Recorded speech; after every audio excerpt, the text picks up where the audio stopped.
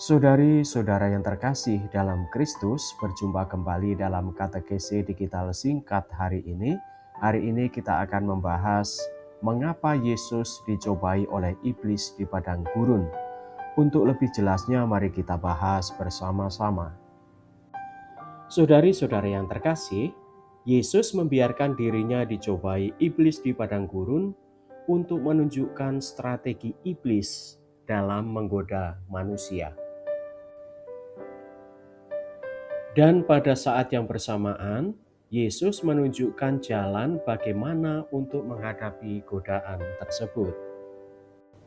Saudari-saudara yang terkasih, ada 3 kelemahan manusia seperti yang dikatakan Rasul Yohanes, yaitu keinginan daging, keinginan mata, dan keangkuhan hidup. Ketiga kelemahan ini harus dihadapi dalam firman Tuhan dan fokus akan tujuan akhir, yaitu kerajaan Allah serta dengan kebajikan dan kerendahan hati. Kita juga perlu merenungkan bahwa inilah yang dilakukan oleh kaum religius, di mana keinginan daging ini dilawan dengan kaul kemurnian. Keinginan mata dilawan dengan kaul kemiskinan, dan keangkuhan hidup dilawan dengan kaul ketaatan. Saudari-saudara, mari kita sama-sama berjuang untuk bertahan melawan godaan iblis dan bertumbuh dalam kekudusan. Sehingga kita terus mengejar kesempurnaan sama seperti Bapa adalah sempurna. Yesus dicobai iblis di padang gurun karena beberapa alasan teologis penting dan untuk membuktikan bahwa pertama, ia adalah Mesias yang tidak berdosa.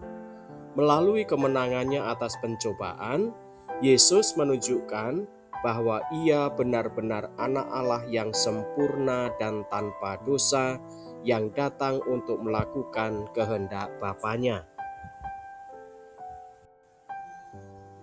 Kedua, ketaatan penuh kepada Allah.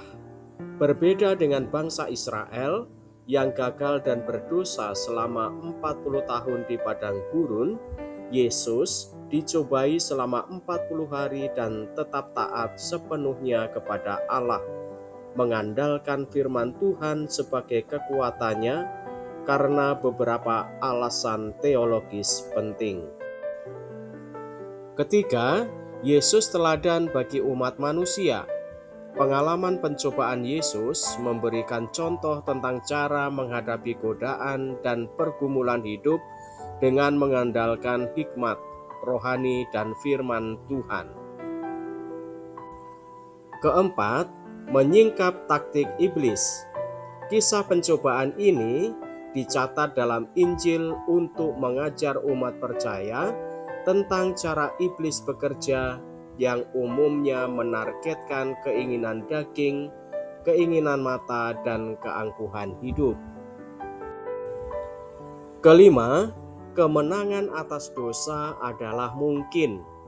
Dengan menghadapi dan mengalahkan godaan yang juga dialami manusia, Yesus menunjukkan bahwa kemenangan atas dosa dan godaan adalah mungkin melalui kuasa Allah, dan ia dapat berempati dengan pergumulan manusia.